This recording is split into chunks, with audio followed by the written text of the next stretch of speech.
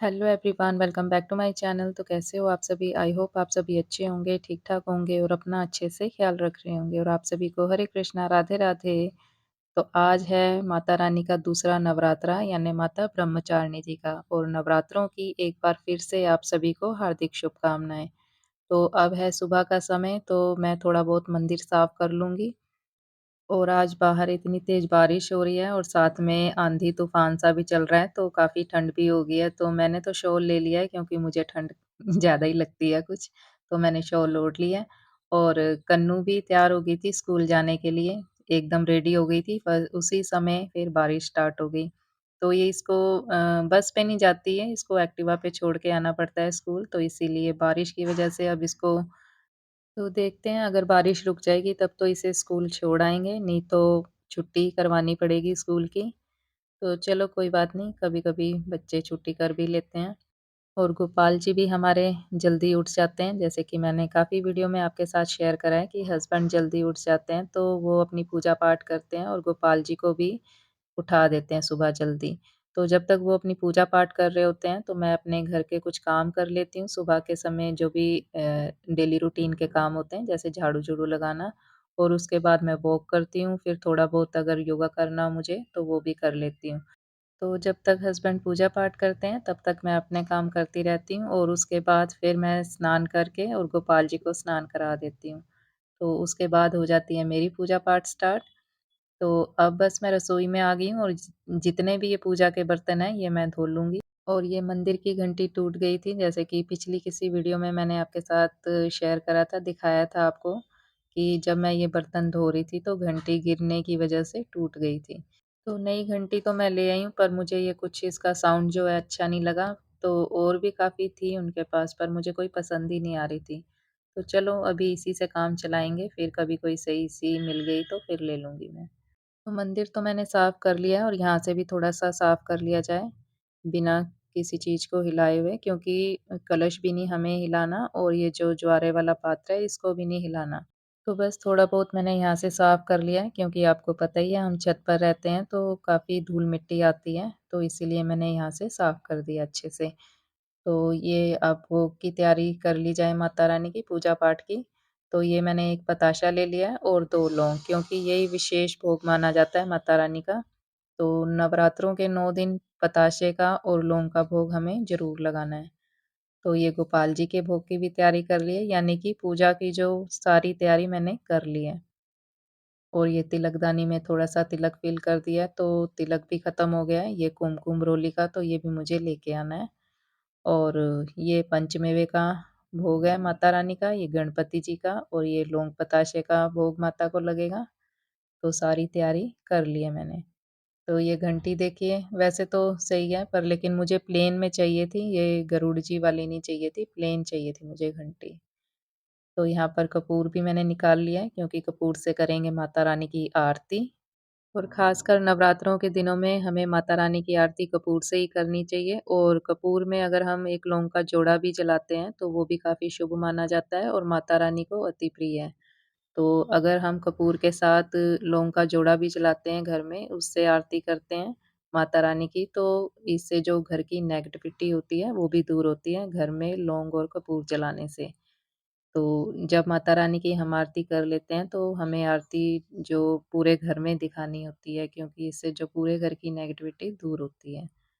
तो गोपाल जी के भोग की भी तैयारी मैंने कर ली है, यानी कि पूजा-पाठ की सारी तैयारी कर ली है और अब मैं गोपाल जी को कराऊँगी स्नान। ओम नमो भगवते वासुदेवाय, ओम नमो भगवते वासुदेवाय। तो बस गोपाल जी का भी स्नान हो गया और अब इनको इनके वस्त्र पहना दिए जाएँ और कर दिया जाए चंदन से अच्छे से श्रृंगार।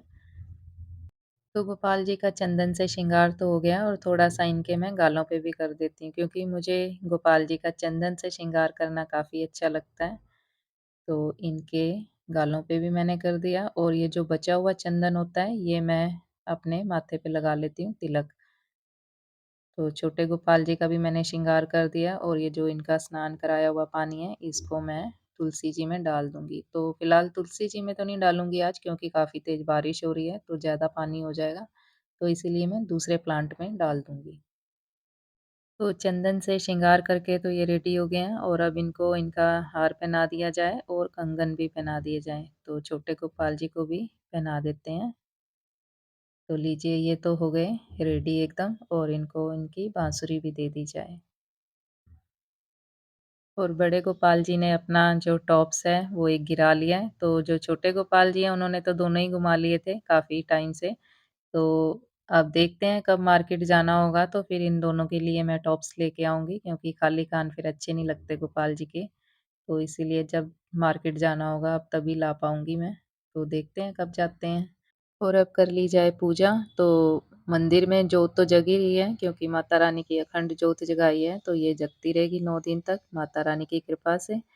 तो धूप बत्ती से मैंने माता रानी को सभी देवी देवताओं की पूजा कर ली है और इस समय बस लक्खा जी का यही भजन याद आ रहा है कि प्यारा सजा है तेरा द्वार भवानी। तो आपको कैसा लगा माता रानी का दरबार? कमेंट बॉक्स में ज़रूर बताइए और माता रानी का जयकारा लगाना बिल्कुल मत भूलिए। तो कमेंट बॉक्स में जय माता दी ज़रूर लिखिए। और अगर आप कमेंट बॉक्स में जय माता दी लिखते हैं तो माता रानी को तो अच्छा लगेगा ही और मुझे भी अच्छा लगता है आपके कमेंट पढ़ना और इससे मुझे मोटिवेशन भी मिलेगा अगर आप कमेंट करते हो तो। तो बस जल्दी से कमेंट बॉक्स में जाके माता रानी का जयकारा ज़रूर लगाएँ। तो ज़ोर से बोलें जय माता दी। तो बस अब गोपाल जी को लगा दिया जाए भोग। तो सबसे पहले इनको जो तुलसी की मंजरी है यानी तुलसी सीड दे दिए जाएँ, जो कि इनके बहुत प्रिय हैं। तो इनको मैंने तुलसी सीड दे दिए और अब मैं ठाकुर जी से प्रार्थना कर रही हूँ, आओ गोपाल जी भोग लगाओ और पानी पियो। और गोपाल जी को भोग लगाते समय मैं यही बोलती हूँ, आओ मोहन भोग लगाओ, भिलिनी के बेर सुदामा के तंदुल, रुचि रुचि भोग लगाओ मेरे मोहन। तो बस ऐसे बोल के मैं गोपाल जी को भोग लगा देती हूँ। और अब ये खेतरी माता को भी थोड़ा-सा जल अर्पित कर दिया जाए। तो जब पहले दिन हम जौ बोते हैं तब पानी हमने ज़्यादा देना होता है और दूसरे-तीसरे दिन थोड़ा-थोड़ा करके ही हमें पानी देना होता है। क्योंकि मिट्टी होती है गीली और इस समय तो वैसे भी थोड़ा ठंड का मौसम है तो ज़्यादा पानी नहीं देना हमें। और अब माता रानी को फ्रूट का भोग भी लगा दिया जाए। तो भोग माता रानी को लौंग बताशे का तो लगाना ही लगाना है, पंचमेवे का भोग भी लगा दिया और फ्रूट का भोग भी लगा दिया। और मंदिर में 1 लोटा जल भर के हमें ज़रूर रखना है, सभी देवी-देवताओं के लिए और माता रानी के लिए। तो बस भोग लगा दिया और अब करी जाएगी माता रानी की कपूर से आरती। और आरती करने से पहले मैं जितने भी पाठ करने हैं मुझे जैसे कि दुर्गा चालीसा हो गई या जो भी मुझे चालीसा पढ़नी है वो पढ़ लूँगी और भगवती नाम माला का पाठ भी मैं कर लूँगी। और जो दुर्गा स्तुति है वो तो मैं जब हमारे यहाँ पर शाम को कीर्तन होगा यानी हमारे घर नहीं, हमारे जो मोहल्ले की लेडीज़ लोग हैं हम इकट्ठे होके कीर्तन करते हैं नवरात्रों में। तो आज कीर्तन का समय है 5 बजे का और सबसे पहले जब हम कीर्तन पे जाते हैं तो दुर्गा स्तुति का पाठ ही होता है, उसके बाद सुंदरकांड का पाठ होता है, अगर समय हो तो उस हिसाब से हम सुंदरकांड का पाठ भी कर लेते हैं। और फिर ढोलकी बजा के भजन कीर्तन करते हैं, माता रानी के जयकारे लगाते हैं, तो काफ़ी आनंद आता है कीर्तन में। तो हो सकेगा तो मैं नेक्स्ट वीडियो में आपको कीर्तन की वीडियो भी आपके साथ ज़रूर शेयर करूँगी। तो अब आप कर लीजिए मंदिर के दर्शन।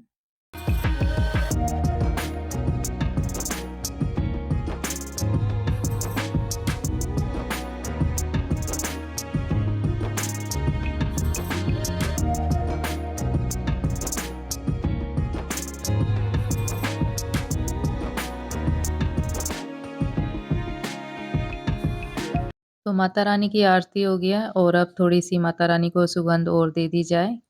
तो मैं जलाऊँगी सम्राणी कप, तो ये भी पतंजलि ब्रांड का ही है और इसकी खुशबू सच में इतनी अच्छी है कि मैं आपको बता नहीं सकती। मैंने फर्स्ट टाइम ही ट्राई करा है ये भी और ये गाय के गोबर का एक कप सा बना होता है, तो ये जो पैकेट में मिक्सचर आता है इसके अंदर डाल के और हमें ऐसे ये धूप बत्ती की तरह जलाना होता है इसे।